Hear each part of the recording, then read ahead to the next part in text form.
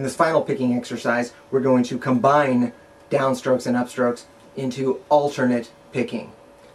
That's basically combining a downstroke with an upstroke.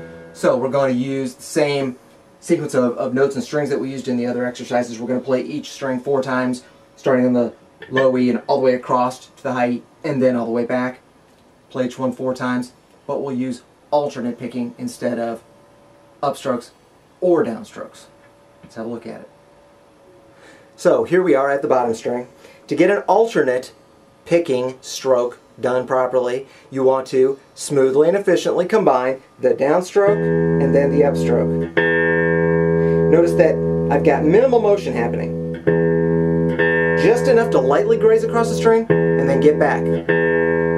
Also notice that I'm tilting the pick a little bit so that it's working with me. When I'm going for that downstroke, I've got it tilted this way a little bit, as opposed to this way, because if I had it angled this way, it would be hard to graze over it. It would be wedging itself in there. So I've got a little bit of a motion going tilt this way, and then a little bit of a motion tilt this way. When you need to go faster, what you'll find is that you angle the pick so that you alternate much more smoothly with one specific pick motion. However, in this case, we're greatly exaggerating the downstroke and upstroke so that you can see for yourself and learn how to practice it properly. So let's try it. Bottom E string, we'll start with alternate picking. 1, 2, 3, 4. Next string, 1, 2, 3, 4. D string. 1, 2, 3, 4. G string. B string. E string. And then we're going to start on the E string, come all the way back, start with the downstroke. B string. G string. D string. A string.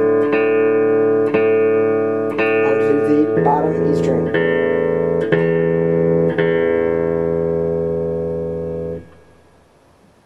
Eventually you want to get to the point where you're practicing those picking exercises with a metronome, specifically so that you can gauge your progress. You can gauge how slow you can do it, how fast you can do it. You can gauge how much more quickly you can do it this week than last week, and then next week how much more quickly you can do it. But remember to slow down to the point where you can get the mechanics right. I'm not interested in trying to get a great deal of speed right here and now. All we want to do is make sure that you have proper picking technique. So slow down to the point where you can cleanly and efficiently pick every one of those notes all the way across. You want the same volume on every note. You want a light grazing motion on each one. You want your hand, your fingers, your wrist, your arm, your shoulder all be just tense enough. You don't want it too tense. You want to pick lightly and not tightly. Now that you've got the basics of picking technique down, let's move on to some scale exercises.